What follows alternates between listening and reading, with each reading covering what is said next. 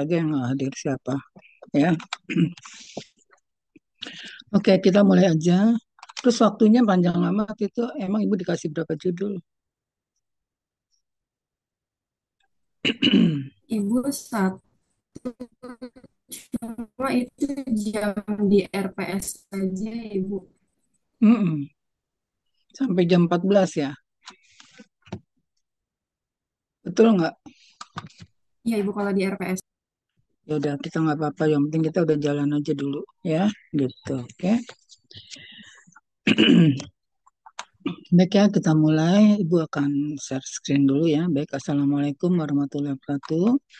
Selamat pagi dan salam sejahtera untuk kita semua ya. Alhamdulillah kita sampai eh, pagi ke siang ini kita dalam kondisi sehat walafiat ya gitu. Nah, pertama saya akan informasikan, saya jujur ya baru dapat informasi saat ini dan baru dapat judul pun saya saat ini ya. Jadi bukannya tadi apa-apa Indri ya. Jadi sorry Indri ya kalau saya emang orangnya spontan, maka saya kaget banget. Karena tadi malam kalau dibilang Anda ngubungin saya tuh online sampai jam 10 yang ngurusin mahasiswa D3 sama STR ya gitu. Jadi eh, jangan seperti ini dadakan-dadakan karena ini satu ilmu yang nantinya mungkin Anda akan terapkan di dunia nyata ya gitu. Oke. Nah, saya juga nggak mau ngajarnya asal-asalan aja. Jujur aja ya gitu. Oke. Baik. Ibu akan share screen dulu ya. Nah, sekarang udah tahu yang ini kayak gitu. Sama bagi kita. Sudah terlihat. Nah, Ibu Nelly ini agak serak-serak basah. Nah, ya, masih baru apa batuknya belum selesai pul, jadi tapi kedengaran nggak ke Anda? Agak serak-serak. Terdengar ya? Iya, Ibu, terdengar, Ibu. Ya, tolong dijawab ya. Kalau nggak kedengaran juga, kamu boleh menginfokan nggak terdengar, Bu, gitu. Boleh nggak apa-apa, ya. Supaya komunikasinya berjalan walaupun kita online. Mudah-mudahan dengan online, saya percaya kamu udah kelas 4, artinya kesadaran untuk belajarnya udah ada di dalam diri kamu sendiri. Kamu mau jadi perawat yang bagaimana, sehingga saya nggak akan, apa namanya, kamu mau itu kepalanya kelihatan, mau nggak kelihatan, ya gitu. Itu udah terserah kamu. Yang jelas nanti kamu yang akan punya untungnya. Ya, bukan. Oh, Bu Nelly cuek sih ya. Kamu kan udah udah kelas 4 berarti kan itu sebentar lagi tuh udah mau lulus ya gitu. Ya. Jadi semester 4 apa kelas 4 nih? Indri. Tingkat 4, Ibu. Nah, iya ya udah apa namanya habis udah mau menikah ya karena udah semester udah tingkat 4 itu udah terakhir menikah dulu baru lanjut sekolah lagi kalau mau sekolah. Oke. Nah, jadi nggak usah dikasih tahu lagi kayak anak-anak kayak baru masuk dari SMA ya atau waktu kelas 2. Kalau kelas 2 ya karena basicnya ada di situ semua. Oke. Nah, baik Ibu dapat tugas tentang manajemen home health nursing ya. Eh, Kamu belum tahu kan apa sih ada HN segala istilahnya ada home care, ada home care nursing juga. Itu apaan sih gitu? Itu yang dimaksudnya seperti apa? Terus kalau yang di Google itu apaan ya gitu. Oke, ya. Nah, tujuannya apa? Di sini kamu mengetahui tentang pengertiannya, kemudian mengapa HN itu dibutuhkan, ya, kemudian hasil dari output kita nanti, mekanisme pelayanannya seperti apa, kemudian gambaran pelayanannya yang diberikan pada saat kita memberikan asuhan keperawatan seperti apa. Nah, kemudian pembiayaannya itu dari mana aja sih dia gitu. Supaya kan bisa aja nanti kamu berkelompok mengadakan klinik yang seperti ini. Nah, kliniknya itu hanya tempat untuk berkumpulnya, kemudian memanage-nya, kemudian nanti eh, untuk tindakannya atau segala macamnya kamu mendatangi ke rumah-rumah ya. Nah, kemudian pemantauannya seperti apa, pembinaannya seperti apa, pembinaan pasiennya dan penilaiannya seperti apa, ya gitu. Nah, itu yang akan kamu dapatkan tentang gambaran daripada HAM ini. Nah, manajemen home care ini dari dulu sudah ada ya, home care nursing. Home care adalah pelayanan kesehatan yang berkesinambungan, komprehensif yang diberikan oleh individu dan keluarga, ya gitu. Dan diberikannya di mana? Di tempat tinggal mereka. Tujuannya apa? Meningkatkan, mempertahankan, atau memulihkan kesehatan semaksimal mungkin. Misalnya orang pasien kanker kemudian dapat apa namanya dia mendapat kemoterapi. Nah, untuk observasinya segala macam itu nggak mesti ada di rumah sakit. Ke rumah sakit itu hanya one day care karena harganya mahal ya kan gitu. Jadi nanti pemantauannya bisa aja menggunakan tadi yang kunjungan ke rumah ya gitu. Oke. Nah, itu gambarannya. Jadi dia diadainnya di mana. Nah, terus manajemen ini dia melibatkan uh, multidisiplin.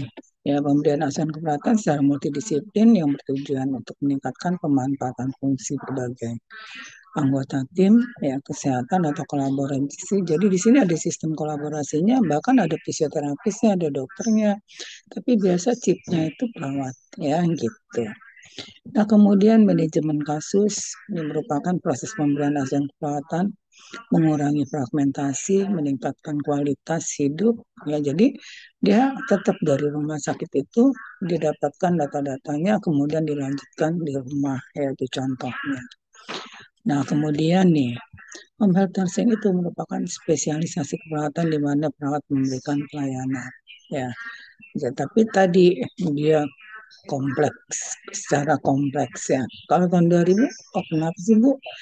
Dulu hanya perawat doang, karena fisioterapi juga dilakukan oleh perawat zaman dulu. Waktu saya masuk aja, nggak ada tuh yang namanya akademi fisioterapis atau apa namanya kita aja masih nolong partus juga masih rada bebas. Kalau sekarang kita udah dibatasi, jadi spesifikasi dari profesional masing-masing itu udah tinggi banget. Kalau kita melayani 12 sistem, kalau bidang cuma satu sistem. Kalau fisioterapi hanya pergerakan dia doang, untuk yang lainnya dia enggak. Itu contohnya. Jadi dulu emang kita komplek banget ya, gitu. Semuanya dipegang oleh kita. Kalau kamu baca buku Medical Surgical Nursing, ya itu isinya memang ada 12 sistem, semua ada di situ. Terus ada fisioterapi juga isinya, kemudian ada tentang pertolongan persalinan aja ada di situ. Ya itu contohnya. Kalau sekarang mungkin sudah dibatasi midwifery, udah tersendiri itu contohnya. Ya.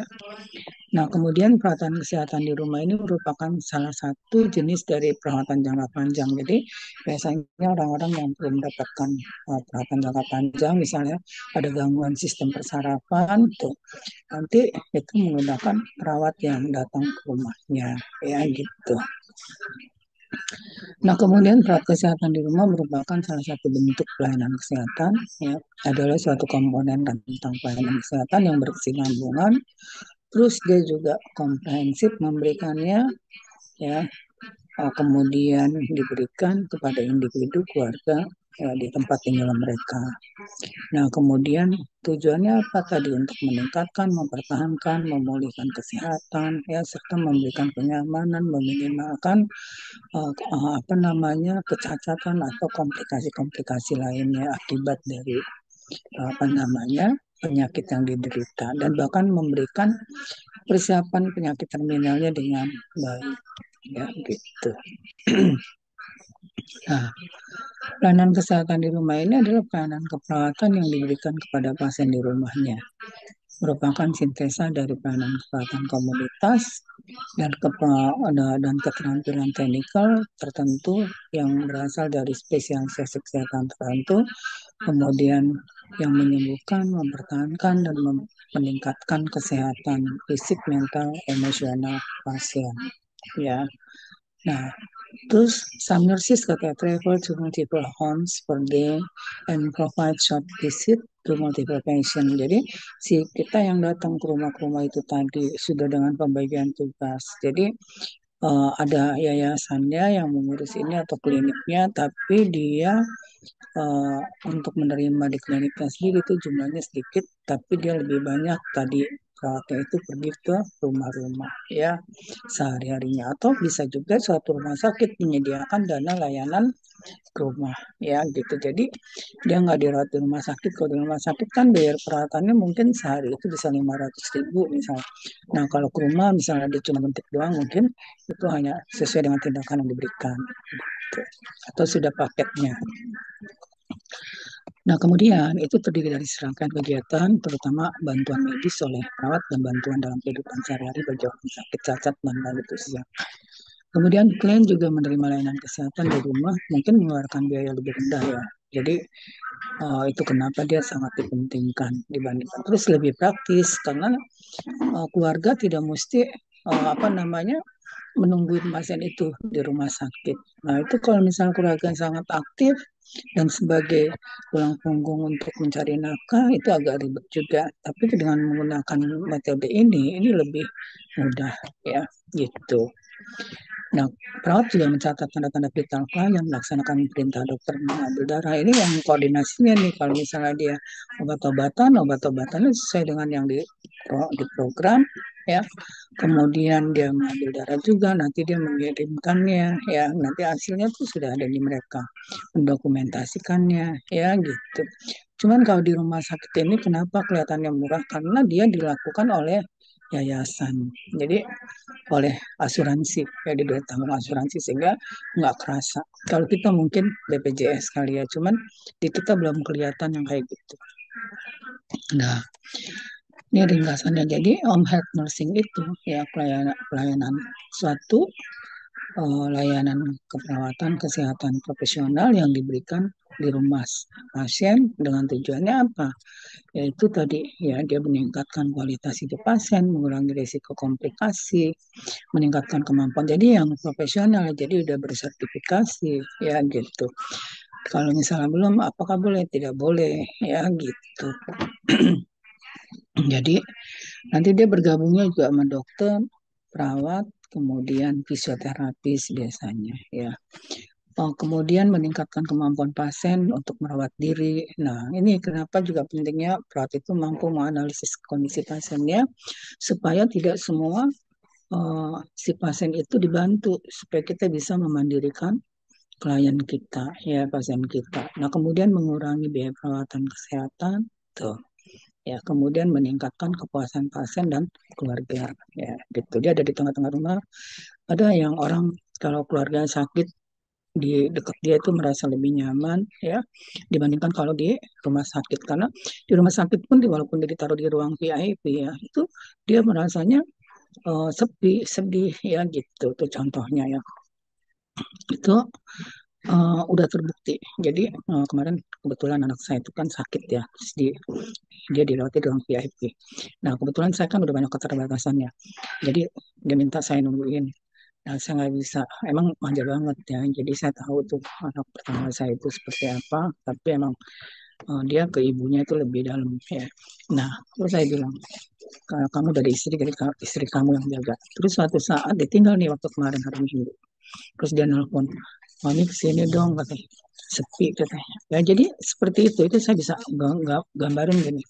Ya seenak apapun tetap aja merasa sepi kalau di rumah sakit sendirian. Ya gitu. Akhirnya saya nyuruh anak perempuan saya, sana temenin dulu kakak kamu. Ya gitu. Nah akhirnya saya juga memotivasi dia untuk lebih cepat sembuh. Ya, cepat sembuh biar kita gabung lagi. Oke. Nah itu jadi seperti itu. Jadi nggak selamanya di rumah sakit itu orang merasa nyaman ya gitu. Bahkan kadang-kadang nikmatnya di ruangan yang biasa karena ruang biasa itu ramai. Cuman nggak enaknya kalau di ruang biasa itu kalau ada yang meninggal ya di situ kita bisa melihat sedang sedih ya kayak gitu ya. Nah, terus ruang lingkupnya apa di HN itu? Yaitu dia kita memberikan perawatan medis dan keperawatan. Ya, emang dokter sama perawat itu satu paket biasanya ya.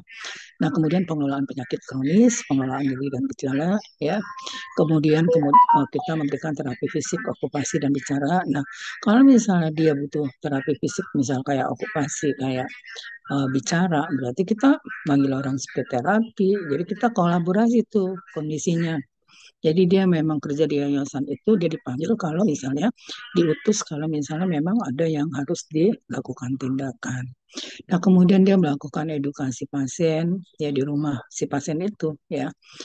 Oh, dan keluarga itu sama aja seperti dia perawatan luka. Cuman perawatan luka agak mahal karena tadi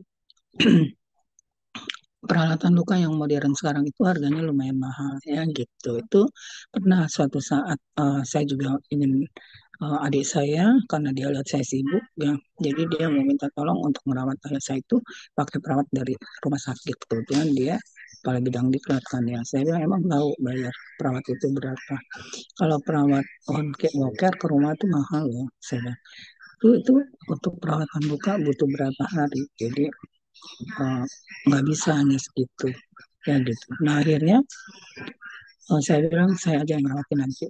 Jadi nggak ada lagi kuliah malam. Nah pada saat itu emang saya nggak berikan kuliah sampai malam hari. Waktu itu saya sering memberikan kuliah pada sore hari dan malam hari. Tapi saya cepat pulang karena tadi untuk ngurusin orang tua ya sampai beliau tidak ada. Tapi lukanya cepat sembuh karena kita tahu tentang cara merawat luka itu yang benar seperti apa ya.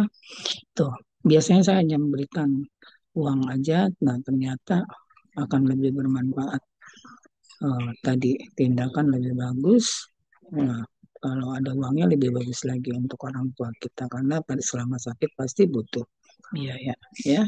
Nah, kemudian pemantauan kondisi pasien tuh. Ya, jadi itu diperlukan untuk HN tadi ya.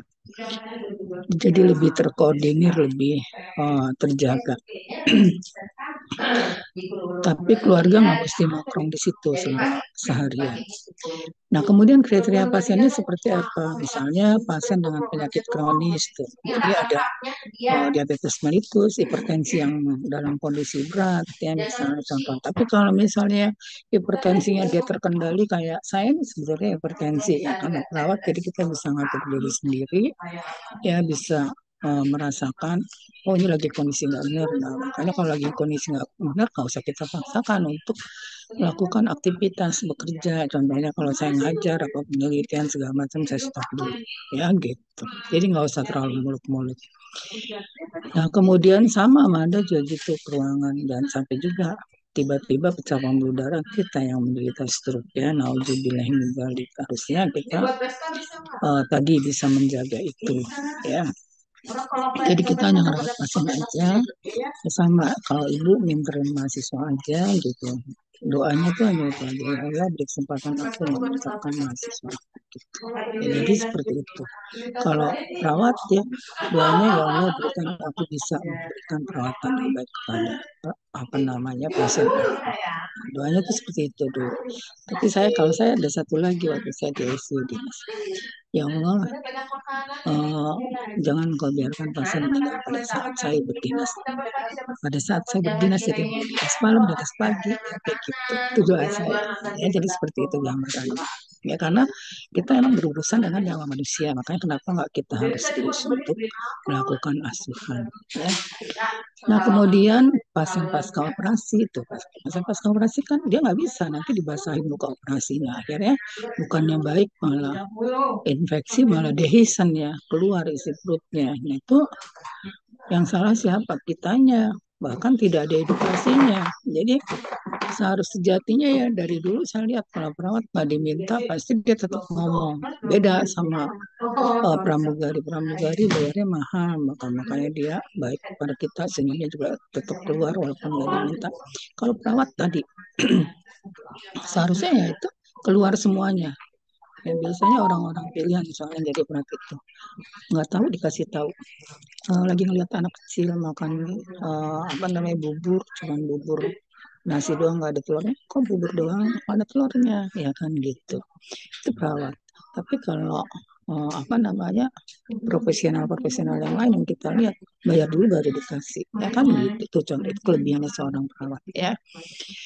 Nah, jadi pada pasien pasca operasi, kalau kita ngerawat pasien ya otomatis bahwa pasiennya mau pulang berarti kasih persiapan pulangnya apa. Persiapan pulang itu sebetulnya dimulai dari awal mereka masuk, udah keluarga udah disertakan, diinformasikan apa yang harus dilakukan. Kalau enggak tadi, banyak kan pasien jiwa gagal semua. Karena kenapa pasien jiwa pas di rumah kambuh lagi? Karena dia nggak tahu bagaimana cara memperlakukan pasien jiwa itu tadi. Ya gitu. Di rumah sakit bagus komunikasinya, komunikasi teori. Nah di rumah udah kembali ya, yang dia tidak suka. Gitu tuh contohnya. Jadi jangan lupa bahwa persiapan pulang itu udah dimulai dari awal pasien masuk, itu udah kita udah membelajarkan sebetulnya. Ya. Nah, kemudian pasien dengan cedera atau disability ini apalagi ya. Kita harus pintar dari perawat itu melihat dari dia melakukan disability tadi, dia punya disability, apa yang masih bisa kita manfaatkan gitu. Supaya dia nggak putus asa banget. Bahkan kalau ada nonton di TikTok, itu banyak sekarang disability itu bermunculan. Ya bagus juga sih. Selama itu etis ya, terus bagus gitu. Itu menstimulasi bagaimana orang yang cacat nggak punya tangan tapi dia masih bisa mandiri dan masih bisa melakukan uh, kegiatan untuk mencari nafkah ya gitu. Jadi tidak karena tangannya buntung terus dia jadi orang minta-minta. Sebetulnya kan di dalam Al-Quran juga dikatakan itu Allah itu paling nggak suka sama orang yang suka minta-minta doang. Itu contoh ya. Termasuk yang tadi disability. Saya justru salut sama udah kakek-kakek, dia masih bawa sepedanya, bawa yang dijual. Kadang-kadang kita melihat itu aja nggak butuh sama barang yang dia bawa, kita beli ya gitu. Saking kita merasa terharunya ya gitu. Tuh, ya cuman kesadaran itu kan beda orang dulu dengan orang sekarang. Ada yang maunya instan langsung ada, tapi saya ngeliat sampai dia dagang pisang, dia bawa itu, terus saya ingat gini, kalau mau beli di kakek-kakek yang kayak gitu, gue di Indomaret aja atau di mall, di Diamond atau di Press itu kita nggak pernah nawar. Kalau kita mau kakek-kakek pisang harganya, saya kadang-kadang suka mengingatkan Pak anak saya sama almarhum suami saya dulu kalau beli yang di tempat itu nggak usah ditawar, beli aja gitu ya. Karena kita waktu ke Diamond aja ke mall kita nggak pernah nawar gitu. Kita beli ini yang kita lihat pakai ya gitu, jadi memberikan apa namanya rezeki ke orang itu kita nggak ada salahnya ya gitu. Apalagi apa sebetulnya dia udah harus di rumah gitu sama anak-anaknya. Nah, mungkin dia udah entah anaknya ada atau nggak ada ya gitu. Terus orang tua sebetulnya tidak enak tinggal di panti, dia inginnya bersama Anda. Jadi kalau kamu lagi benci sama ibu kamu atau ayah kamu ingat bagaimana kamu bisa jadi sehebat itu ya gitu. Saya juga pernah bertanya sama orang lansia itu dulu waktu saya ke panti. Sebetulnya kami orang ada katanya, tapi saya nggak tahu kenapa perlakuan anak saya seperti ini setelah menikah. Kita gitu. Saya kepengen ke anak saya, emang ibu alamatnya di mana aja gitu. Kita gitu kan. Akhirnya dia kita bantu, kita sambung-sambungin ya gitu. Nah akhirnya anaknya itu datang ya seperti itu. Tuh, jadi orang tua itu tidak hanya butuh uang, dia nggak butuh uang banyak, dia ngeliat anaknya senang tuh udah senang, tapi dia pengen berada di tengah-tengah Anda sampai dia nggak ada ya. Nah kemudian manfaat home health nurse apa, biayanya lebih rendah katanya ya, tapi ini saya nggak tahu apakah benar apa biaya rendah, karena kalau saya orientasinya tapi yang jelas saya pernah ya melihat pada pasien yang cancer ya. Nah itu prostat kita datang ke situ diminta sama suatu rumah sakit. Dia kebetulan rumah saya daerah Priuk, jadi gini, Nel tahu nggak daerah sana, tahu kenapa, mau nggak Nel ke sana gitu.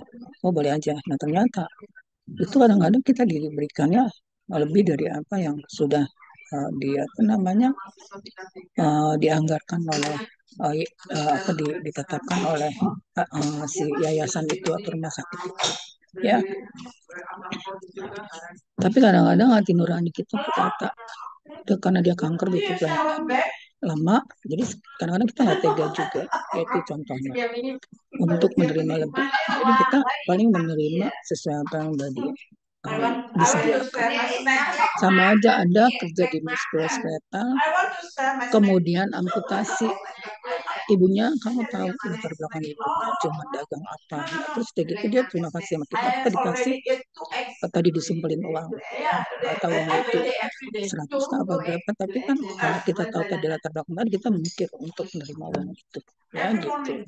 Nah itu yang kenapa? Karena anaknya amputasi aja itu udah butuh biaya perawatan berapa. Nah, apalagi zaman itu nggak ada BPJS yang gratis. Ya kalau sekarang kan ada BPJS jenis yang gratis untuk anak. Ya itu contoh dan keamanan di rumah sendiri. Nah itu tadi yang ibu gambarin. Walaupun dia di VIP, ya dia akan tetap merasa nggak nyaman, ya, karena itu tadi kesepian ya rasanya. Karena biasa ramai. Nah, malah saya bilang masih enakan di tempat ruangan rame-rame. Gitu. Nah, kemudian pengawasan kondisi pasien secara teratur, karena udah terjadwal, dia akan diganti balutannya kapan aja. Terus dia akan dilakukan fisioterapi hari apa, jam berapa. Jadi udah terdaftar di situ kayak gitu gambarnya. Kita boleh masuk, boleh kita boleh menyatu ke sana. Bahkan kerjaan sampingan kita itu gitu. Ibu-ibu, aku lagi ngajar ya.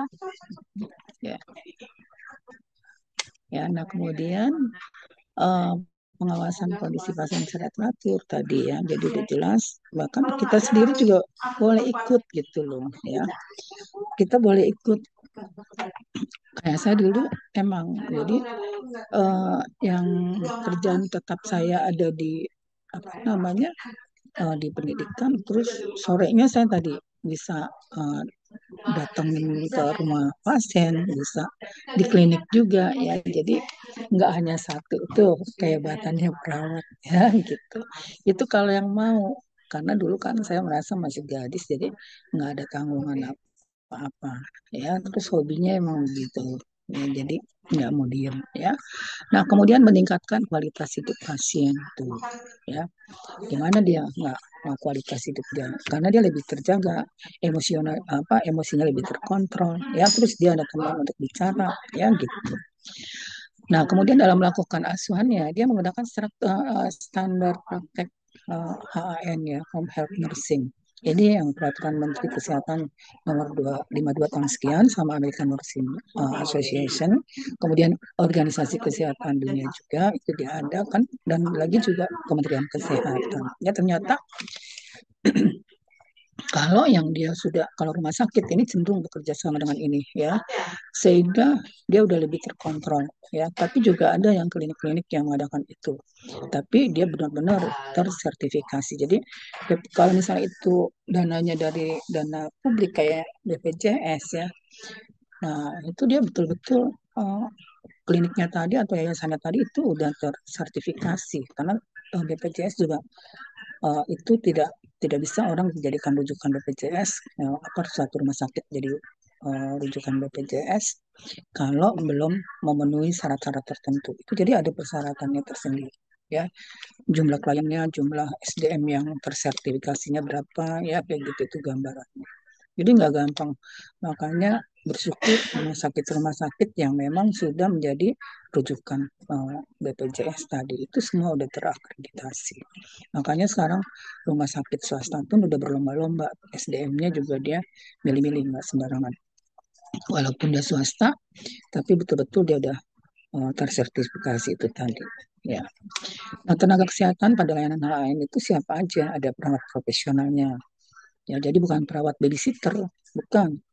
Ya, itu bedanya kita sama babysitter, kita tersertifikasi perawat. Ya, bahkan kita juga menjadi anggota ICN itu contohnya. Ya, nah terus sekolah kita bukan 3 bulan, kalau babysitter cuma 3 bulan. Ya gitu. Cuman emang di Indonesia kasihannya tuh gitu. Kalau kamu ke mall, pembantu dipakaiin baju perawat aja dipanggil babysitter, padahal dia pembantu. enggak juga dilatih 3 bulan enggak ya gitu. Jadi saya kadang-kadang suka iseng, suka nanya-nanya ya tuh ke Cina kan yang suka memakai tenaga seperti itu. Kemudian dokter ya itu ya, jadi tenaganya dokter, ada terapis ya, kemudian petugas kesehatan lainnya ya, contohnya ada TLM segala macam gitu ya, tapi chipnya siapa ya, chipnya itu tadi perawat. Bahkan kalau perawatnya kaya, perawatnya bayar dokter ya gitu.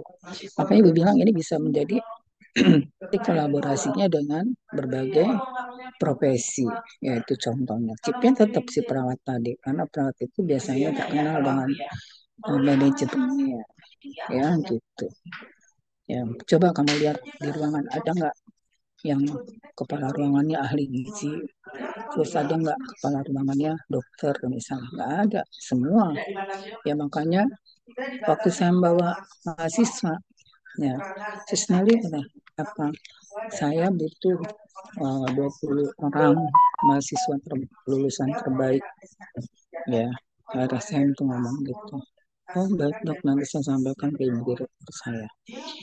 Terus kita ke sana, terus ada bidan, itu kita dibutuhkan tiap tahun. Terus si bidan, saya waktu itu masih dikasih bakandak ya di depan di direktorat. Jadi eh, anak bidan datang ke ibu lagi ngurusin ijazah. Saya bilang, loh kok kamu nggak daftar ke RSCM? Kan nggak ada penerimaan, mam, katanya. Oh nggak, oh iya ya, yang dimintanya perawat ya kemarin, iya. Jadi untuk bidan nggak ada. Jadi emang kalau perawat itu memang secara otomatis setiap tahun itu pasti dibutuhkan. Ya tinggal kejelian kamu dan doa kamu sehingga itu dengan mudah kamu raih ya gitu. Itu contohnya. Ya. Makanya jangan pernah berkecil hati bahwa kita menjadi tenaga profesional perawat. Nah, itu udah multi talent banget, kamu udah miliki semua. Termasuk manajemen itu saya sudah buktikan. Ya, nah termasuk juga pengelola yang baik di rumah tangga gitu. Oke, itu yang layanannya seperti apa? Layanannya buka 24 jam, jadi dia kayak nenek ya. Jadi kamu telepon ada orang sakit, dia pasti datang ya gitu. Layanan 24 jam, kunjungan perawat secara teratur tuh. Dan kalau dia udah terdaftar, udah langsung tuh dibagi tugas si perawat yang akan datang atau uh, TLM yang akan bertugas ngambil darah atau tadi si fisioterapi yang akan bekerja gitu misalnya, itu contohnya ya. Pada orang-orang yang kanker laring kan, yang laring ektomit, itu biasanya di speed terapinya latihannya ya, selama perawatan di rumah itu dia manggil tenaga speed terapi tadi melalui si tadi itu yang dibutuhkan apa gitu ya. Jadi lebih terkoordinir ya. Terus manfaatnya nih, kenapa nursing ini dibutuhkan? Karena dia meningkatkan kualitas hidup pasien dengan perawatan di rumah, mengurangi risiko infeksi nosokomial. Kalau di rumah sakit kan kita rame-rame sama orang, ya kan? Nah, itu kadang-kadang malah ada manajemen yang TB sama penyakit apa digabung. Ya itu pernah saya melihat. Kalau begini dia berarti ini dengan mudah juga nih dia besok jadi TBC, ya gitu. Karena ada mahasiswa waktu itu, ya. Jadi dia melewati uh, persahabatan, terus dia merawat pasien TB, terus dia ngasih latihan napas dalam sama batuk efektif. Secara teori kan, maka kenapa kamu harus coba, harus latih ya. Kamu melatih orang, tentu kamu berdirinya di samping, mau dia TB kan, mau enggak kayak tetap di samping pasiennya, bukan di depan pasiennya, nampung ya, nampung hawanya tadi ya. Nah itu nggak berapa lama dia didiagnosa dengan TBC paru juga, cuti akademik ya. Itu saya masih ingat nama mahasiswa tersebut. Nah, Su tolong Danang apa Riki? kenapa? Danang apa Riki? Lumayan nih. Soalnya memang berkurang banyak. Ada sekarang tinggal 22. Kalau di delete itu Oh, si Ricky. cuma satu doang. Oh, Tambahin satu biar dong. ada Apa 25. mata kuliah apa? RPL doang. profesi, masukin daftar hadir. Oh, iya. Daftar hadirnya dulu, Ya, biar ada 25-an. itu lagi terbuka ya. Nggak apa-apa, nanti biar disimpan, nanti biar ini, biar minta tolong dibuka. Nama Oke, ini satu ya. ya, RPL ya. Ya masukin gitu ya. Daftar hadirnya doang satu. Daftar hadir. Oh ya udah. Makasih. Oke. Ya Bu, makasih. Daftar. Oke, makasih.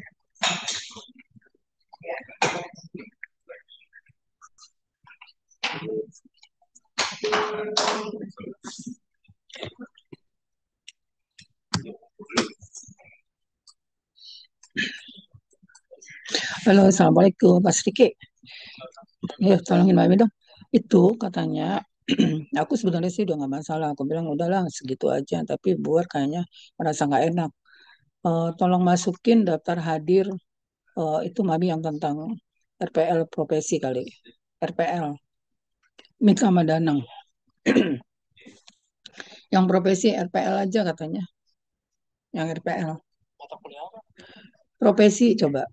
Itu praktek. Uh, praktek klinik. Coba tuh gini. Iya, KMB. Ya, PKKMB. Coba tanya Mbak, iya, coba Mas Riki, aku lagi ngajar ya. Coba tanya Mbak Buar deh, kurangnya di mana Buar gitu, ya. WA di WA, tolongin ya. Ya, makasih ya. Yuk, nanti habis ngajar mau gituin lagi. Yuk, assalamualaikum.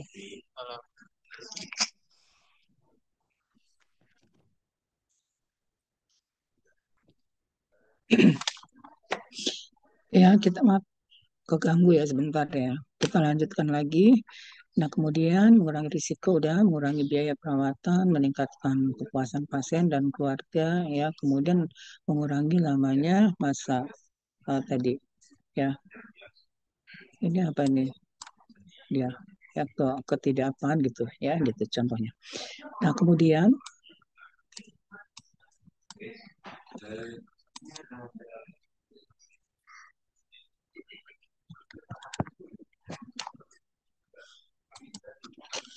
nah, manfaat bagi kesehatan pengelolaan penyakit kronis lebih efektif ya, gitu tadi, lebih terkontrol. Jangan dikira kalau kita pergi ke daerah binaan itu banyak orang yang DM tetapi dia sudah DM tapi dia belum ada yang menggunakan obat DM secara teratur ya gitu karena dia pikir dengan mengendalikan makannya aja udah cukup gitu ya sampai kalau misalnya Anda melakukan pekapmas itu di situ kelihatan. Jadi suster bisa nggak kalau misalnya dikendalikan pakai makan aja ya gitu. Tapi kalau usianya udah sampai 50 tahun ke atas itu biasanya proses degeneratif sudah terjadi. Nah, dianjurkan untuk menggunakan obat-obatan secara mendatar. Sama, ibu dulu cuma menggunakan bawang putih ya dari muda. Jadi bawang putih itu kencang saya gunakan setiap habis makan satu ya sehingga itunya terkontrol. Tapi setelah usia 60 tahun ya, 60 tahun saya menggunakan itu udah teratur. Nggak bisa tidak menggunakan hipertensi, obat-obatan hipertensi. Dokternya juga, Bu Nelly daripada nanti misalnya tiba-tiba stroke, nah lebih baik gunakan aja ini. Tadinya saya masih bertahan, ya itu contohnya. Jadi tolong juga untuk orang tua kamu kalau misalnya ada yang menderita. Nah, kalau sudah terjadi stroke, yang perlu diperhatikan lagi, jangan sampai telat dari serangan itu, tidak boleh lebih dari 3 jam. Harus sampai di rumah sakit untuk mendapatkan pertolongan pertama. Kenapa? Karena untuk mencegah terjadi kecacatan menetap ya atau fatal kematian tadi ya gitu tuh contoh ya. Kalau mati aja mungkin nggak ada masalah tapi kalau cacat itu membuat sedih penderitanya ya karena dia udah memiliki keterbatasan ya gitu. Oke. Nah kemudian pengelolaan nyeri ya tuh komplikasi pencegahan komplikasi penyakit gitu. Contohnya tadi kalau misalnya dia udah teratur dia udah otomatis. Tapi kan kalau misalnya Anda menjelaskan terus ya, makanya edukasi itu kadang-kadang kita udah tahu kita boleh informasikan aja, tapi nanti secara formalnya kita sudah mempunyai tadi rancangan apa yang akan kita berikan ke pasien. Tapi secara informal itu kan udah ada di otak kita apa aja yang boleh dan apa yang tidak boleh ya. Karena apa, takut lupa. Akhirnya pasiennya keburu stroke dulu ya gitu. Sama DM juga gitu. Ya, dia paling mudah untuk terkena stroke akibat dari penggumpalan. Ya, akhirnya menyebabkan pada pembuluh darah yang kecil. Itu contohnya. Pada jantung nggak sama karena aliran darahnya ke pusat-pusat vital menurun sehingga akhirnya meninggal pasiennya. Ya, nah, itu kan harus dikasih tahu kenapa dia udah memiliki keterbatasan aktivitas, ya gitu. Terus nggak boleh makan sembarangan, ya karena itu akan mempengaruhi kondisi kesehatan dia. Nah, kemudian meningkatkan kemampuan pasien untuk merawat diri sendiri. Nah, karena kita membiasakan dia ngajarin lama-lama pelan-pelan dari tadinya cuma diusap-usap, karena kita tadi perawatan di rumahnya rutin, akhirnya dia sampai mampu untuk melakukan sendiri. Ya, jadi jangan juga pasiennya dibuat tergantung. Nah, tapi kalau kita untuk membuat tidak tergantung tadi, ingatkan bahwa kondisi dia yang kondisi seperti apa. Kalau jantung itu tanda tanya, kadang-kadang tiba-tiba dia terjadi penurunan. Kalau misalnya dia dalam kondisi tiba-tiba tidak bagus ya, apa salah makan, apa aktivitas terlalu banyak, tidurnya kurang misalnya.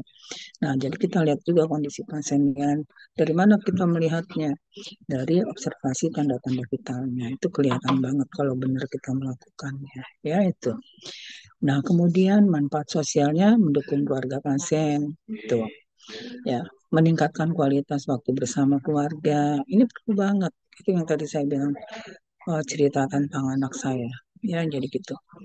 Nah, jadi dia masih butuh keluarga. Walaupun dia masih muda, dia masih pengennya ngumpul gitu ya, ngobrol, ya gitu. Nah, kemudian meningkatkan kesadaran masyarakat tentang kesehatan, ya, kemudian mendukung rehabilitasi sosial pasien. Jadi, kalau dia HIPS, nah ini kan dia merasa diakuin, karena kan kita tahu HIPS itu tidak menular segitu aja. Justru yang bahaya itu adalah hepatitis B, C misalnya. Karena keringatnya aja udah bisa menularkan, ya kan? Nah, kita kenapa pakai masker, pakai handscoon, melakukan asuhan kepalanya waktu saat membuang, waktu saat memandikan, ya kan gitu. Itu beda dengan EPS. Kalau EPS kan melalui cairannya doang, asal nggak ada luka, nggak ada masalah. Hubungan seksual juga, kalau misalnya vaginanya nggak ada yang rusak, itu nggak akan misalnya terjadi tadi dia tertular atau enggak mouth to mouth misalnya suami istri gitu misalnya ya. Nah, itu nggak ada masalah. Jadi kita harus tahu cara penularan dari masing-masing penyakit ya gitu. Nah, kemudian manfaat ekonominya tuh menghemat biaya perawatan rumah sakit, mengurangi biaya pengobatan, meningkatkan produktivitas kerja. Jadi dia um, sakit tapi dia masih bisa produktif gitu ya. Mengurangi beban biaya kesehatan negara ya, meningkatkan efisiensi penggunaan sumber daya kesehatan. Oh, ngurangin sih Bu ya, karena kan kalau di rumah itu biayanya lebih sedikit dibandingkan lebih di rumah sakit. Rumah sakit satu hari aja bisa kelas 3 aja 250 apa 500.000. Untuk orang-orang yang ekonomi menengah ke bawah belum tentu pendapatannya sehari 100.000 ya gitu. Saya udah pernah tanya ya gitu tuh. Contohnya orang yang tukang bawa barang-barang bekas deh gitu ya. Terus atau tukang sampah dia tuh ya, kita suka ngeliat di depan rumah kita atau dia bawa itu kayak gitu tuh contohnya. Jadi kita tahu berarti ekonomi kita masih lebih baik dari mereka. Oleh karena itu bolehlah kita berbagi ya gitu supaya rezekinya tambah banyak. Nah, kemudian kebutuhan masyarakat.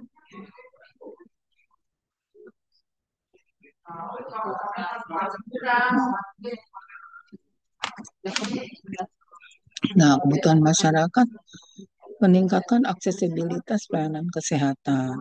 Tuh. Kemudian mengatasi kekurangan fasilitas kesehatan. Jadi kalau fasilitas kesehatan itu agak sulit dijangkau, itu dia sudah terpenuhi karena tadi dia udah ada jaminan datang dari kota ke desa, ya kan? Menjawab kebutuhan masyarakat. Makanya tuh perawat di kampung tajir-tajir sama bidan karena tadi dia suka buka klinik kayak gitu.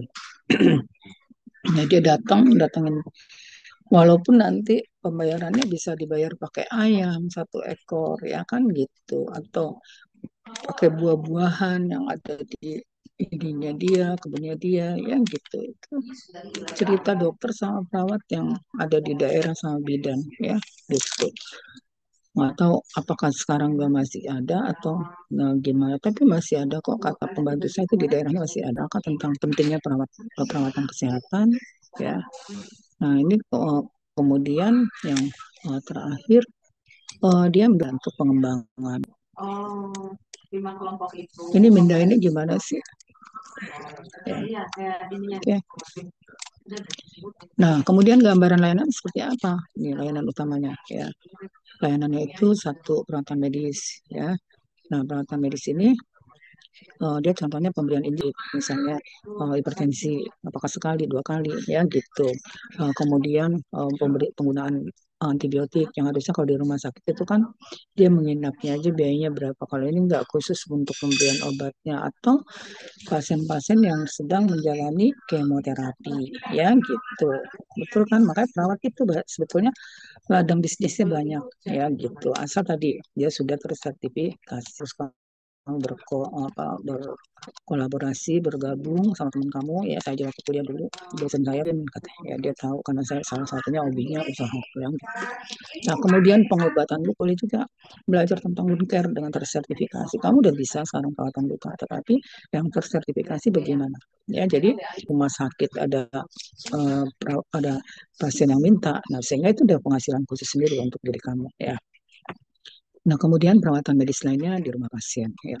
Nah, kemudian pengelolaan penyakit kronis nih, pengelolaan penyakit diabetes, hipertensi, dan penyakit kronis lainnya. Contohnya kamu ngecekin tekanan darahnya atau kadar glukosanya, ya gitu. Sebetulnya makanya jadi perawat itu enak sih, ya gitu.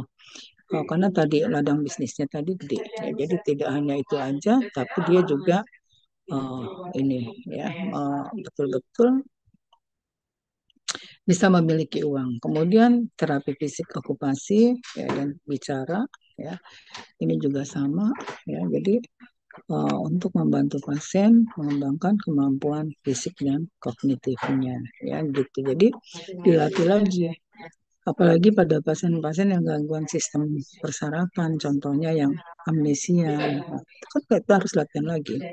Terus ada yang untuk fungsi latihan menelan, nah, itu juga kan butuh lagi, ya. Kemudian layanan pendukung ini contohnya, ya, tadi edukasi. Nah, ini jadi tanpa disadari walaupun layanan pendukung, tapi ini betul-betul bisa menimbulkan efek yang merugikan pasien kalau Anda tidak berikan. Contohnya adalah pada pasien saat mau pulang, apa yang perlu dia lakukan di rumah, ya kan gitu. Nah, Anda tidak memberikan informasi, artinya itu salah satu yang akan menyebabkan bukannya tambah sembuh, tapi malah memperberat kondisi pasien, ya gitu. Nah, kemudian jadi edukasinya itu bisa memberikan informasi tentang penyakit, pengobatan, dan perawatan di rumah. Ya, pengobat juga gitu. Ya, kalau perlu malah obatnya udah disetting, obat pagi ini nanti ibu pagi hari makan ini ya, sore hari yang ini udah ditulis berapa kali berapa. Ya, nah kemudian pengelolaan obat-obatan, untuk pengelolaan obat-obatan dan pemantauan efek sampingnya nanti dikasih tuh tulisan habis minum jam berapa, terus setelah jam berapa terasa apa-apa. Apakah itu efek terapi atau side effect, efek samping, ya gitu. Jadi itu akan lebih baik. Kemudian pemantauan kondisi pasien, ya, dalam di situ pemantauan kondisi pasien secara teratur dan pelaporan ke dokter juga. Kita kan biasanya kolaborasi dengan dokter, sehingga kalau memang dia memerlukan tenaga kedokteran, biasa kita berkolaborasi dengan dokter. Tapi kalau misalnya perawatan luka doang, kita cukup perawat doang, ya gitu. Apalagi itu pas perawatnya sudah memiliki sertifikasi tentang luka, ya. gitu. Nah, kemudian pada HAN ini juga menggunakan teknologi yang digunakan tuh apa aja. Dia menggunakan teknologi telemedicine, nah, contoh sekarang layanan konsultasi dokter secara online, ya gitu. Bahkan kita udah bisa merasakan juga di Google. Google itu ternyata kalau kita konsultasi nggak bayar, ya kan gitu, gratis. Kita nanya tentang penggunaan obat-obatan, ya gitu. Nah, itu diladenin sama si dokternya ya dengan baik. Kenapa? Karena kalau kita lihat dari sumber pembiayaan, ternyata HN ini sumbernya dari macam-macam ya gitu. Kemudian sistem informasi kesehatan elektronik ya pengelolaan rekam medis pasien secara digital. Jadi itu yang namanya informasi pasien tadi itu udah bisa kita buka di HP kita, udah bisa membukanya sendiri ya. Kemudian aplikasi kesehatan ya aplikasi untuk memantau kondisi pasien ya dan memberikan informasi kesehatan tentang pasien tersebut. Ya, jadi itu udah kelihatan itu. Lagi orang-orang sekarang juga bisa dia dengan bacanya. Kalau misalnya masih lab aja dia udah bisa baca duluan yang harusnya normalnya berapa nanti dia udah bisa ngebandingin. Malah kalau kamu yang malas baca jadi kalah sama pasiennya. Ya, termasuk kegunaannya misalnya. Dulu saya pernah punya, kok dia makanin vitamin C terus sih gitu. Nah terus ada yang nanya tentang kegunaan vitamin C. Yang menjawab bukan mahasiswa perawat tadi, tapi yang menjawab malah pasien ya karena pasiennya sering baca. Ya gitu, itu contohnya. Itu kan malu banget harusnya tadi si perawat itu pahamlah tentang lingkungannya. Ya, lingkungannya tadi tentang obat-obatan, tentang tindakan, ya gitu. Ya seperti itu. Nah ini gambaran layanan askepnya di rumah. Jadi kayak gini sama kayak di, cuman lebih enak memang. Suasana kamar dia sendiri, tempat tidur dia sendiri tuh kan lihat coba nyaman dia rasanya ya gitu. Ya ini seperti waktu suami saya sakit seperti ini. Jadi dia merasa nyaman walaupun dia sakit dia nggak terasa seperti orang sakit. Dia masih bisa melakukan aktivitas kantornya di rumah ya itu contohnya. Jadi kayak gitu tuh gambaran itu benar ya gitu. Oke, nah ini jadi seperti itu. Nah, mekanisme layanannya seperti apa? Nah, dimulai dari fase persiapan, evaluasi dulu kebutuhan pasien oleh dokter atau perawat. Tuh, hebat kan kita emang selalu bergandengan dengan dokternya ya atau perawatnya doang juga. Kalau pelayanannya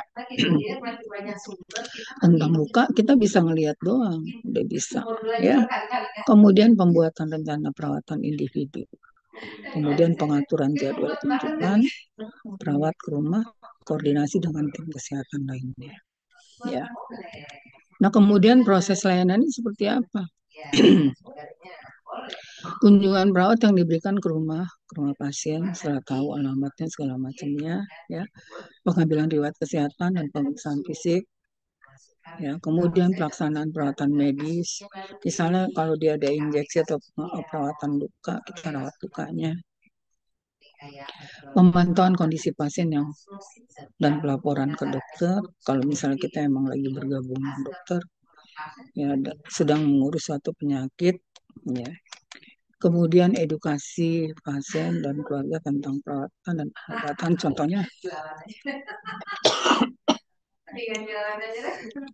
kita udah tahu pasiennya ini lagi tekanan darahnya lagi tinggi hasil pemeriksaan fisik dia. Nah, kita informasikan apa yang boleh dan apa yang tidak boleh. Itu hebatnya perawat ya. Nah, bagaimana kita harus apa faktor resiko terjadinya hipertensi itu seperti apa? Misalnya, oh nggak boleh, oh misalnya makan daging-dagingan merah dulu, oh nggak boleh apalagi, ya kan nggak boleh ngerokok, nggak boleh ini. Kalau dia nanya, kenapa rokok nggak boleh? Kamu harus tahu bisa ngasih justifikasinya, ya gitu. Nah kemudian koordinasi dengan dokter dan tim kesehatan lainnya. Nah, layanan khususnya apa? Misalnya terapi fisik, okupasi, dan bicara. Jadi, tuh mekanisme layanan itu juga ada. Jadi kita nanti si orang yayasan itu tadi biasanya si perawat dia melakukan kolaborasi dengan apa keilmuan lain. Contohnya dia ngadu, ngubungin tentang orang fisioterapi atau terapi kerja, okupasi dan bicara, speech terapi. Ya. Kemudian pengelolaan nyeri itu dia lihat juga tingkat nyerinya seperti apa selain dia menggunakan obat-obatan karena nggak semuanya penghilang rasanya nyeri itu aman ya karena dia bisa melemahkan otot-otot pernapasan ya. Nah, kemudian pengelolaan luka dan perawatan kulit, pengelolaan infus juga sama. Apalagi kalau pasiennya terpasang infus di rumah, sama. Nah, infusnya ini misalnya cairan yang melalui makanan yang melalui infus, jadi parenteral feeding ya contohnya tuh. Nah, itu kan dia perlu tuh ada pengelolaannya ya setiap berapa kali. Nah, kemudian pengobatan intravena yang perlu diberikan tadi yang Ibu awal bilang.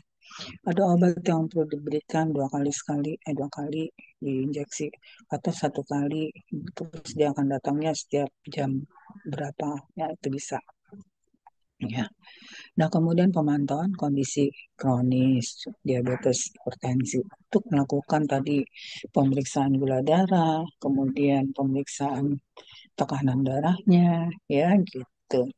Itu biasanya kalau ke rumah sakit kan mahal, jadi dia terus ngantri lagi lama. Nah, akhirnya dia minta tolong ke yayasan tadi.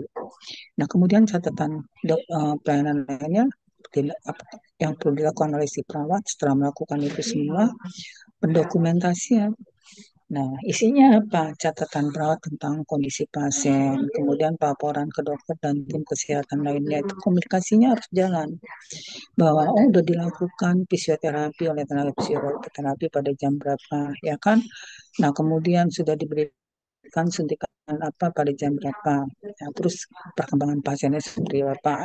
Hasil pemeriksaan fisik yang diinformasikan.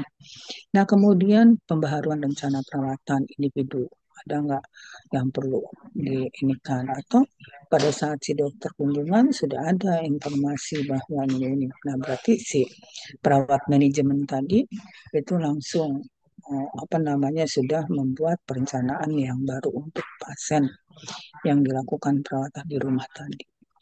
Nah, evaluasinya seperti apa yang dilakukan dan pengawasannya?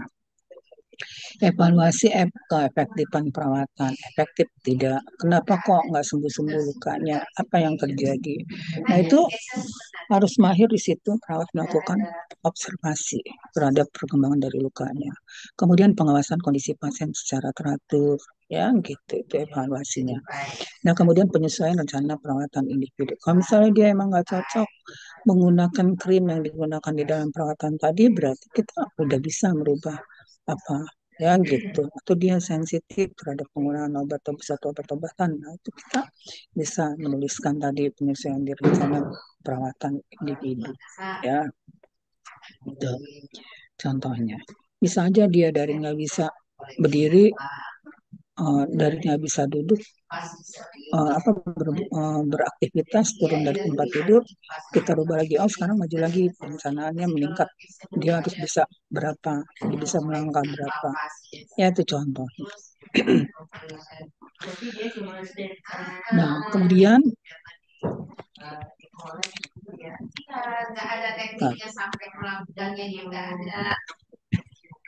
ya, nah ini sumber dayanya siapa aja? Ada perawat profesional, ada dokter, ada terapis, ada perangkat medisnya, ya. Kemudian ada obat-obatannya juga, ya gitu. Bahkan kadang-kadang si yayasan tadi juga udah memiliki apotek sendiri, ya sehingga kalau dibutuhkan apa dia udah langsung bisa menyediakan. Nah, itu udah lebih berkembang lagi, ya gitu. Hebat kan? Itu contohnya, ya. Nah, kemudian kriterianya apa kalau dikatakan untuk penerimaan layanan itu tadi pasiennya dengan kondisi medis yang memerlukan perawatan di rumah. Jadi nggak semuanya gayanya misalnya karena orang mampu terus dia minta dilakukan apa gitu ya beda lagi ya untuk layanan fisioterapi meses, misalnya message mau pijat gitu, misalnya enggak. Jadi kita nggak main gitu, kecuali kita buka cabang bisnis lagi, yaitu tentang pijat. Ya kan gitu itu contohnya. Jadi bedakan fisioterapi dengan pijat, ya gitu. Jadi pasiennya dengan kondisi medis yang memang memerlukan, misalnya dia udah terminal, misalnya dia memang menderita penyakit kronis tadi, ya gitu. Terus dia ada luka yang kronis yang nggak sembuh-sembuh, ya kan gitu. Baru kita terima. Nah, kalau misalnya tadi Ibu bilang itu bisa-bisa aja, tapi yayasannya udah beda lagi dong. Oh, itu mah udah injek bisnis kita yang lain, ya. Nah, kemudian pasien yang tidak dapat berobat ke rumah sakit tuh. Jadi dia nggak mampu untuk datangin rumah sakitnya, terlalu jauh, perlu biaya, perlu dana, perlu ongkos, lebih mahal. Pasien yang memerlukan perawatan lanjutan setelah kemudian, ya. Terus untuk praktis dia bisa datang ke situ. Kelebihannya apa? Biaya lebih rendah dibandingkan rawat inap. Kenyamanan dan keamanan di rumah sendiri. Enak, nyaman. Ya. Bahkan kalau rumahnya ber-AC juga udah lebih nyaman lagi kayak udah di hotel. Ya. Pengawasan kondisi pasien secara teratur bisa dilihat. Ya, terus nggak terpisah dari ruang rawat. Keluarga bisa ngeliatin di situ pasiennya kondisinya seperti apa. Ya, itu kayak waktu ayah saya mau sakratul maut, pas saya ngomong kita beli oksigen dulu kan, takut nanti malam tutup karena malam tahun baru pada saat itu malam libur. Ternyata saya ngomong begitu, muka ayah saya udah berubah. Saya lihat, mukanya jadi begini. Jadi kayak dalam hati saya kayak orang ngomong, ternyata itu apa dia nggak mau saya tinggal ya.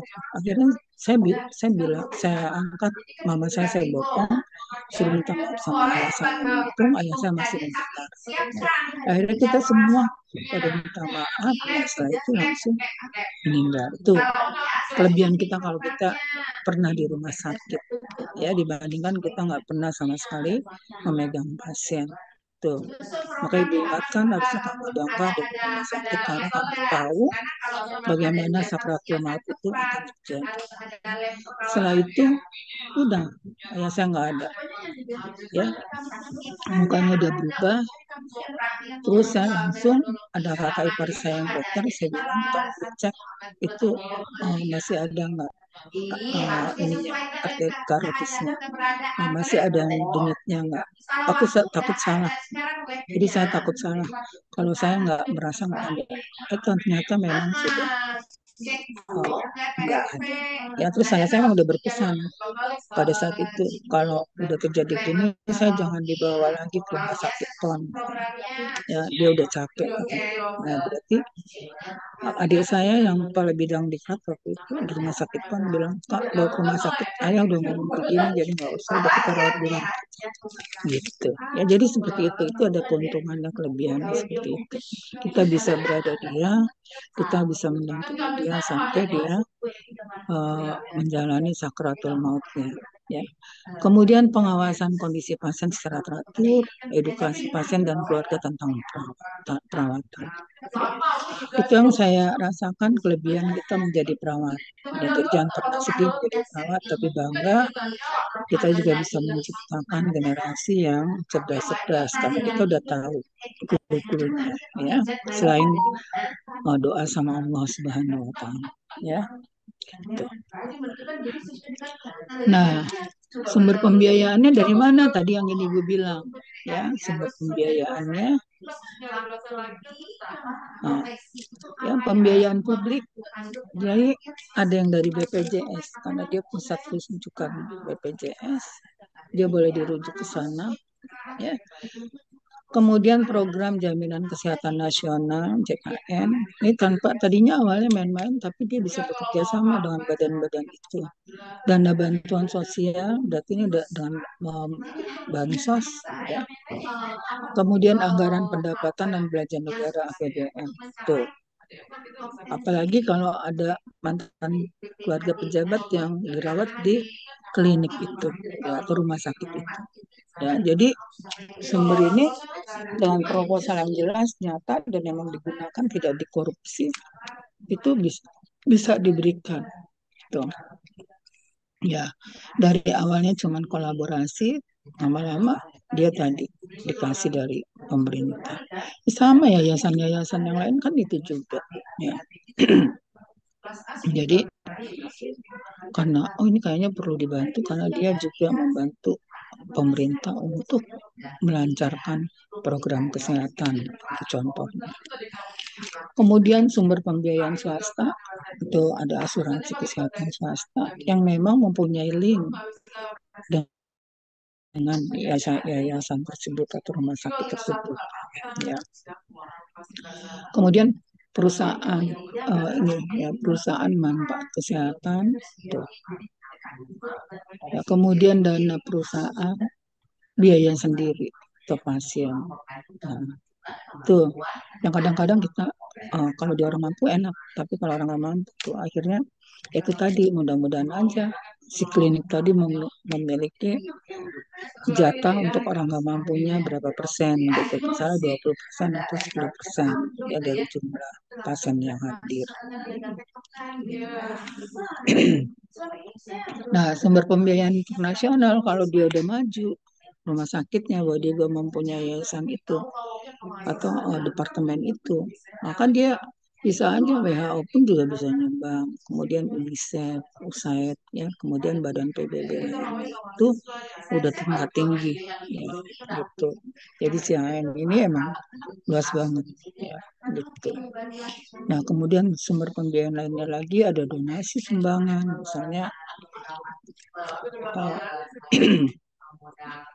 ada konglomerat yang menyumbang boleh, atau nggak mesti jadi konglomerat kok.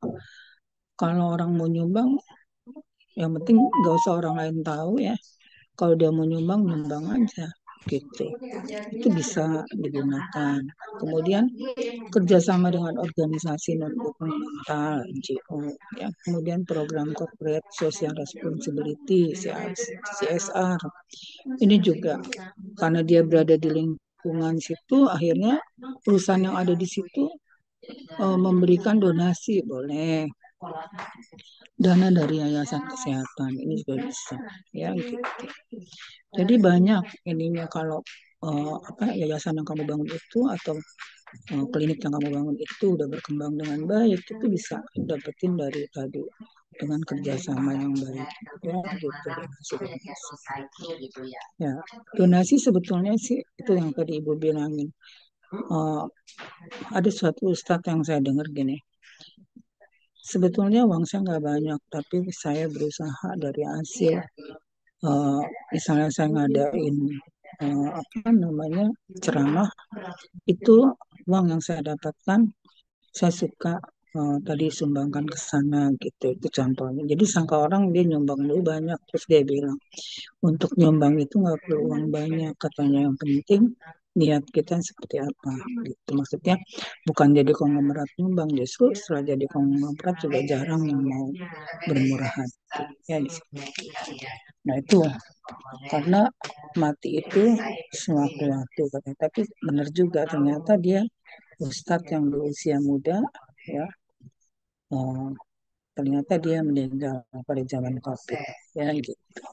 Saya sering mendengarkan juga sih, kadang-kadang ada ilmunya itu sesuai gitu sama yang saya pelajari. Nah, kemudian tadi kriteria pembiayaannya seperti apa? Ada kriteria medis, ya, gitu, diagnosis, kondisi pasien. Jadi udah ada harga tersendiri di situ. Kriteria keuangan. Nah, kan kamu belajar ini nanti kamu kalau misalnya nyemplung di situ kamu jadi udah tahu. Kamu mau ngecek juga udah tahu. Oh, ini kan ada begini di sini ada enggak. Nah, terus kalau misalnya belum ada berarti kamu mengembangkan untuk ke arah sana, ya kan? Kapasitas membayar, kriteria administratif, tuh, prosedur, dokumen yang harus dikumpulkan apa. Kalau dia tadi bisa masuk, nggak punya uang, terus kita mau bantu, harus ada dokumen apa aja. Ya kan gitu, supaya kita nanti dari dana donasi tadi bisa manfaatkan itu, tapi benar-benar digunakan untuk jadi orang yang butuh, bukan disimpangkan. Yang suka Yang cobaan yang orang punya, yang mengelola adalah keinginan untuk menyimpangkan itu biasanya lebih tinggi, ya gitu dibandingkan keinginan untuk berbagi dengan yang tidak mampu. Itu ingat-ingat, hati-hati. Itu adalah cobaan, ya gitu, yang membawa kamu ke arah kegagalan. Ini udah sampai tingkat tinggi gara-gara dikit doang, akhirnya kamu gagal di situ. Nah, dokumen yang diperlukan apa untuk tadi, ya, kartu identitas pasien, rekam medisnya untuk masuk tuh, ya, untuk dirawat di situ, surat rujukan dokter, tuh, dokumen asuransi. Misalkan dokter suka ada yang gini, nanti kalau untuk perawatan lukanya pergi ke klinik ini aja ya, gitu. Nah, atau rumah perawatan ini, gitu, ya. Jadi dia si dokter itu udah tahu mana yang mau diarahkan, ya. Kadang-kadang dia juga merupakan salah satu orang yang ada di klinik itu, yang dia juga punya dana di situ, punya saham di situ. Nah, kemudian dokumen asuransi kalau ada, jadi dia udah nanya dulu, bisa nggak asuransi ini digunakan di sini, ada linknya nggak, gitu. Jadi bisa dirembes gitu ya. Nah, kemudian bukti pembayarannya, ya, jika biaya sendiri, gitu. Nah, kadang-kadang perawatan paliatif dan perawatan akhir hayat dapat diberikan melalui perawatan kesehatan di rumah. Oh, ini tadi yang ini salah tempat ini kayaknya deh, ya. Kemudian pemantauan dan pembinaan, dan penilaiannya. Yang dipantau apanya?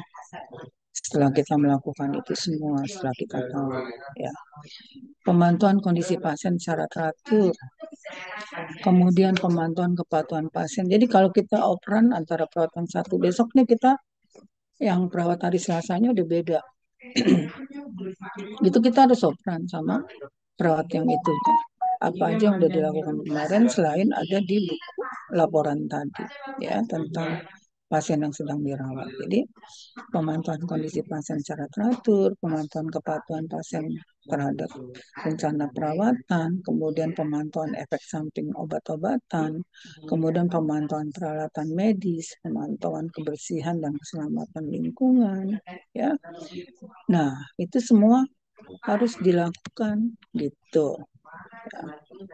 Kemudian yang gak kalah penting juga, ada di situ sih.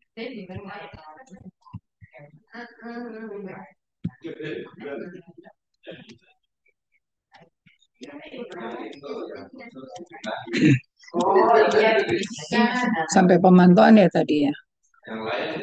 Ya, ini pemantauan kebersihan dan keselamatan lingkungan, pemantauan dokumen rekam mediknya, ya, pemantauan komunikasi antara tim HAM dan pasien. Jadi itu komunikasi tetap dijaga antara tim tadi. Ya. Karena kan yang datang kunjungan berubah-berubah tuh di antara tim. Baik itu tim yang berurusan dengan obat, baik tim yang berurusan dengan pemeriksaan misalnya kayak TLM-nya, ya gitu, dan pasiennya, ya itu tetap dipantau, ya. Dokumentasi rekam medis itu sama, apakah itu dicatat terus kalau habis melakukan, ya. Jadi pada saat pasien ada ketidakteraturan yang harusnya dilakukan 3 hari sekali, dia nggak datang, terus pasiennya memburuk, jadi itu ada catatannya. Orang pada saat ini katanya nggak usah dikunjungi dulu, katanya mintanya nggak 3 hari sekali, tapi mintanya 6 hari sekali atau seminggu sekali. Itu contohnya, ya. Jadi pencatatan itu penting banget, karena pencatatan itu juga bisa sebagai bukti legal kalau terjadi sesuatu. Jadi bukan nggak berisiko juga, ya. Karena yang pakai ini nggak biasanya apa namanya, orang-orang kaya, ya. Nah, pembinaan di sini pelatihan dan pendidikan bagi petugas AN dilakukan, pengembangan kemampuan dan keterampilan, kemudian pembinaan etika dan profesionalisme, kemudian pembinaan komunikasi efektif. Nah, itu juga kan kamu udah belajar tuh komunikasi efektif. Nah, di dalam melakukan aktivitas ini ya, apalagi ini kan profesional ya, jadi itu betul-betul dijaga. Jadi nggak ada omongan lagi kita berbicara ngurus pasien, kita berbicara tentang anak sama teman kita atau apa sampai kita telat memberikan keprofesionalan kita tadi ya gitu tindakan. Nah kemudian pembinaan kerjasama tim itu juga bagaimana hubungan atasan bawahan itu tetap dijaga supaya tadi rasa kenyamanannya tetap bisa dijaga antar tim tadi. Tidak boleh saling menyalahkan, tetapi kerja tim yang baik sama aja kamu di dalam kelompok. Jangan eh, nggak bisa ngejawab nyalahin temannya, padahal kamu sendiri kenapa nggak bisa ngejawab ya kan? Nah jadi harusnya saling mengintrospeksi diri, terus memperbaiki ke depannya harus bagaimana ya. Doa supaya tetap baik ya. Nah, kemudian pengembangan protokol dan prosedur dicek sesuai dengan update kondisi keadaan pada saat sekarang. Ya, itu masih dipakai enggak? SOP masih bisa dipakai enggak? Cek lagi. Masih sesuai enggak? Gitu. Ya, kalau mau berkembang. Kemudian pembinaan penggunaan teknologi. Nah, kalau dia kurang bisa lancar mengoperasionalkan hal-hal digital, dia juga perlu dilatih. Nah, jangan pelit sama teman dikasih tahu ya. Terus yang nggak tahu juga harusnya inisiatif. Kayak ibu aja nggak tahu suka belajar sama mahasiswa. Ini ibu nggak tahu tolong dong gitu ya. Justru kalau kita malu, kitanya akhirnya tersesat. Tapi kalau kita nggak malu, kita sukses ya kan gitu. Walaupun misalnya kita hasil dari kasih tahu ya gitu. Contohnya nih waktu ibu sekolah karena kita dosen kali kita tahu jadi apa yang akan keluar itunya soalnya. Jadi teman saya yang dari Karaus kan, ya tolong dong ini apa sih yang mau keluar kata anak sini kasih tahu saya coret-coret nih. Saya sendiri yang udah nyoret-coret nggak baca ya dia perfect nilainya 90 karena dia baca semua yang saya kasih tahu. Kalau saya nggak belajar, maka saya bilang nggak belajar pasti nggak bisa. Jadi kalau orang nilainya tinggi dia bilang nggak belajar bisa itu ngibul, bohong ya gitu. Itu saya udah buktikan sendiri. Jadi kalau saya nggak belajar saya nggak berani ngomong, diem aja ya gitu. Karena takut salah ngasih saran. Ya, apalagi terkait dengan nyawa orang ya gitu. Sama anak saya juga kalau saya lagi ngajarin matematik nih misalnya saya lupa, saya bilang mami lupa nanti mami buka buku dulu ya gitu. Ada suatu saat saya begini, saya nggak belajar itu kalau rumus itu gimana secara penggunaannya ya gitu ya misalnya. Saya ngasih tahu dia terus salah, mami ngasih tahunya salah gitu ya. Jadi sampai sekarang tuh anak saya suka bercandain ya gitu, pinteran anaknya daripada ibunya. Saya bilang ya pantas lah gitu ya. Saya bilang saya bercandain gizinya aja beda saya gituin ya, jadi kita ngeledekinnya gitu, kamu makan telurnya 4, ini cuma makan telurnya 1 dibagi 4 zaman dulu ya kan gitu. Itu contohnya saya bercanda ya. Jadi kayak gitu gambarannya. Nah jadi pembinaannya juga mesti kita jaga ya. Terus penilaian yang dinilai apanya, evaluasi keefektifan perawatannya, itu perawatan lukanya efektif apa enggak, tekniknya, salepnya yang digunakan sering enggak, dipakainya tipis atau tebal, karena itu akan berpengaruh. Ada yang instruksinya tipis saja udah sembuh, ada yang harus tebal ya gitu. Penilaian kualitas layanan, ramah enggak, menyenangkan enggak, maksudnya orangnya itu enggak takut melihat muka kita ya gitu, karena bawaannya jutek mulu. Lagian juga ngapain sih bawaannya itu muka jutek mulu ya, orang hidup aja cuma sebentar ya gitu. Nah kemudian penilaian kepuasan pasien Gitu kita lihat pasiennya gimana, dia kecewa apa dia puas sama jawaban kita. Kalau dia minta ini kan untuk apa, kita bisa jelasin, itu juga salah satu kepuasan. Kemudian penilaian kemampuan petugas AN itu juga penting. Jadi kita nggak hanya ambil yang belum lulus deh karena murah, itu juga kayaknya jarang deh dilakukan. Ya kecuali orang itu udah kenal banget sama individu itu, ya gitu. Itu saya dulu pernah, ya tapi dia udah kenal banget sama saya, makanya saya sebelum lulus sudah, kamu kerja di sini aja nanti gitu, di waktu di RSA. Ya, jadi kalau sekarang karena orang melek hukum ya kita bahaya kalau misalnya nggak hati-hati begini. Sama sekarang aja kamu di rumah sakit juga hati-hati, karena jangan sampai kita dijadiin tempat cari uang orang, ya gitu. Kemudian penilaian penggunaan sumber daya. Kemudian penilaian kepatuhan terhadap standar. Jadi standar itu dibaca ulang bagaimana digunakannya. Standar yang MPS itu udah hafal, ya gitu. Penilaian dampak pada kualitas hidup pasien. Itu tindakan yang kamu lakukan betul nggak, atau di rekayasa supaya pembayarannya lebih mahal gitu. Nah itu juga nggak bagus ya, bisa kayak gitu. Nah, kemudian indikator penilaiannya apa? Satu, tingkat kepuasan pasiennya, tingkat kesembuhan pasiennya. Pasiennya harusnya kalau pasien dengan pos operasi biasanya luka operasinya dalam jangka waktu sekian hari juga udah hilang. Nyeri juga gitu, nggak sampai seminggu udah hilang. Beda dengan orang yang sesar misalnya, itu contohnya. Artinya itu perawatan itu berjalan dengan baik. Kemudian waktu perawatannya, ya, kemudian biaya perawatannya itu kemahalan apa enggak sih gitu. Jangan mentang-mentang pasien butuh terus kita itunya mahal, jangan juga. Berarti nilai kemanusiaannya nggak ada. Ya disesuaikan lah misalnya. Oh dia nggak bisa beli peralatan luka yang modern, berarti ya kita pakai yang generik tapi mungkin agak lama tapi lebih bisa membantu pasien gitu.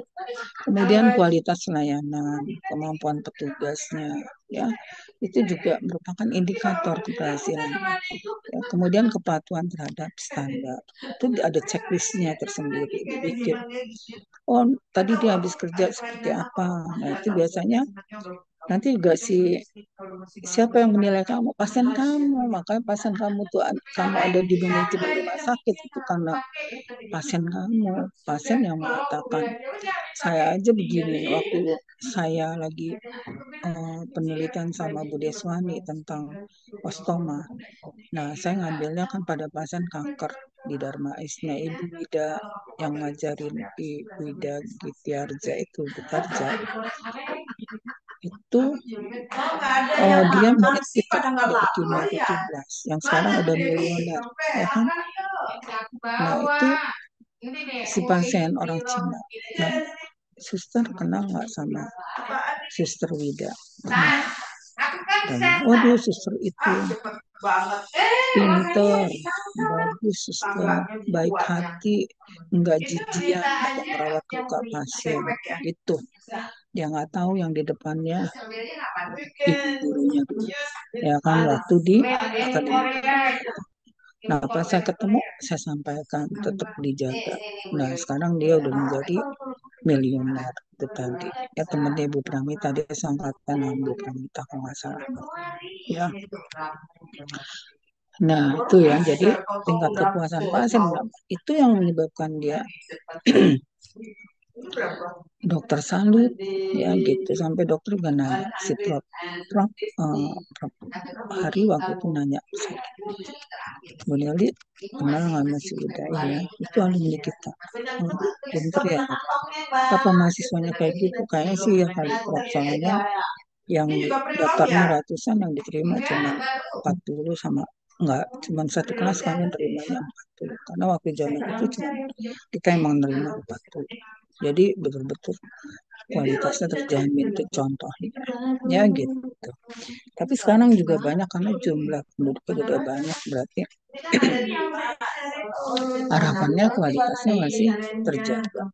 Nah, kualitas itu kita ingetin ada di dalam diri masing-masing. Ingat ya, kamu bukan bodoh, kalau kamu bodoh, kamu nggak ada di sini. Jujur aja. Saya mengingatkan kembali itu. Jadi saya percaya mahasiswa, ya, saya tidak pernah ragu dengan kamu, tapi tadi tolong benahi dengan baik, manfaatkan apa yang telah dianugerahkan oleh Allah SWT dengan baik untuk berbuat kebaikan, merawat pasien, gitu percaya. Ya, makanya kamu lihat coba mana ada PKKMB dari itu di dalam empat, nggak ada, pasti empat. Ya, padahal mungkin kamu merasa saya kurang di sini. Kenapa? Karena saya udah yakin kamu pasti bisa. Setelah kamu berada dengan pasien. Oke, nah kemudian jadi yang depan tuh yang menilai kepuasan itu pasien, kamu mau sampai di manajemen rumah sakit itu yang menilai itu pasien.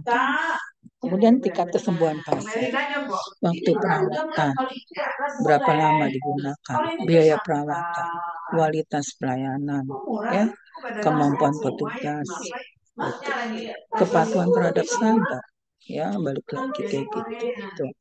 Metode penilaiannya ada observasi langsung, ada wawancara dengan pasien dan keluarga itu tadi kan. Jadi pasien yang ditanya, nah, itu kan tadi ibu berdasarkan pengalaman doang. Kalau kamu melihat perawat itu bagus atau enggak, ditanyanya ke pasiennya langsung. Ya, jadi wawancara dengan pasien keluarga, analisis dokumentasi yang dicatat itu apa aja. Ya betul nggak yang dia lakukan, dia catat di situ dengan baik, dengan jelas, orang temennya bisa baca.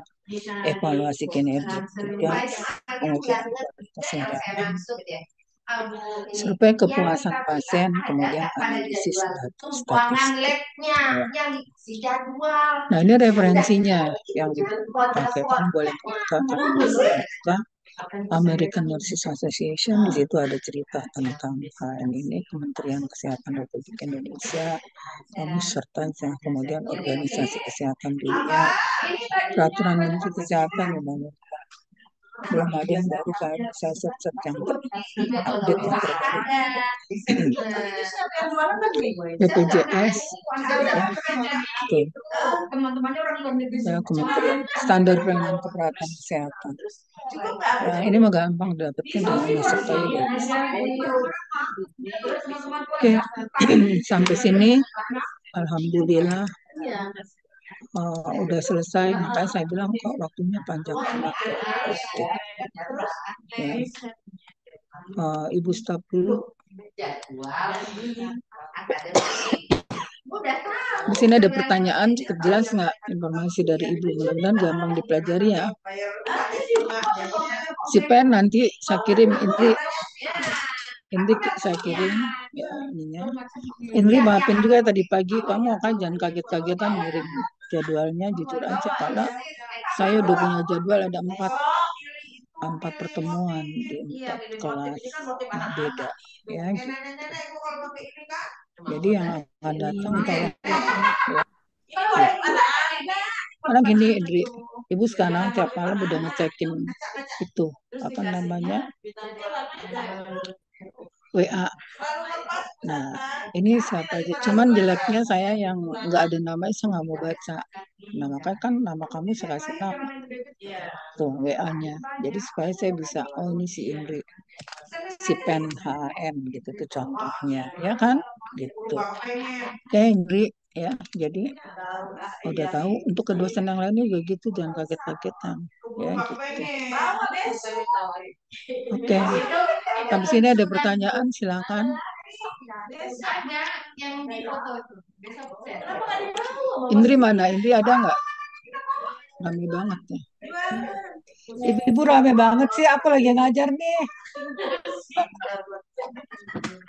Biasanya kalau barang-barang luar. Maaf ya ibu-ibu, aku lagi ngajar nih, keramaian banget. Ngajar juga, bukan udah selesai ngajar? Belum ya, sampai 14.40 tahu jamnya Neng. Ada mami dari pagi ngajar. Ya, oke. Ya, maaf ya, rame kali ke sana ya. Biasa, ibu-ibunya lagi istirahat soalnya. Kita aja yang aneh nih jamnya jam istirahat, kamu juga jam istirahat kan. Tapi alhamdulillah bisa terselesaikan di jam sekarang, jadi istirahatnya agak banyak. Ya kan gitu. Oke, Dila ada pertanyaan nggak Dila? Paham ya, gampang dipahami kan? Bahkan kamu nanti yang punya klinik kali ya. Nah, jadi kalau punya klinik nanti jangan sungkan-sungkan untuk nyumbang gitu ke orang yang nggak mampunya. Oke. Nah, baik sampai sini kalau nggak ada pertanyaan, Maula ada pertanyaan nggak Maula? Cukup Oh, jelas. cukup jelas ya. Maula bukannya kamu pakai jilbab ya? Enggak, Ibu. Oh enggak ya. Enggak. Soal nama kamu Maula gitu loh. Maula Karima lagi. Ya, Ini Ibu belum belum sih, Bu. jangan baca dulu, kamu pelajarin dulu baru kamu udah ngerti pakai. Ya, jadi jangan terpaksa juga. Oke. Jadi lakukan sesuatu itu kalau kamu udah pahamin, kalau kamu udah pahamin gak usah dilakukan. Ya sia-sia. Ya. Oke. Sampai sini ada pertanyaan nggak, Atia? Ada pertanyaan nggak, Atia? Nggak pada tidur kan? Ya. Ya, alhamdulillah nanti Ibu share itunya. Tolong dipelajari udah tingkat 4, jadi udah semakin tambah mantap, semakin dewasa, semakin paham kondisi pasien ya. Gitu. Terakhir mohon maaf pada yang kurang berkenan. Ya, selamat istirahat. Mungkin kamu juga capek dari pagi ya. Assalamualaikum warahmatullahi wabarakatuh.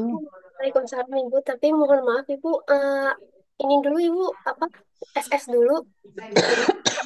Tapi Indri. ini Indri, Ibu emang cuman satu judul ini doang kan?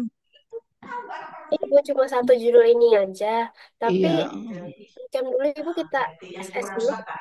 Bukan maksud Ibu jamnya kok panjang banget gitu. Eh, Ya, Jamnya, ya kan sampai 14.40 tadi. ya, Ya Ibu. kan? Ya, Kemarin, ya udah nggak apa-apa. Ya, cuman Ibu bingung aja apa salah ngitung apa enggak. Oke, ya, Ibu. Dok, silakan. Ibu, Hmm. Ibu bisa on cam? Itu Ibu rusak deh kayaknya deh. Oh, ya. Ini soalnya laptop yang murahan. Mau beli lagi sayang udah mau pensiun. Barang yang sudah dibeli tidak boleh dikembalikan di Ryzen aja, Ibu.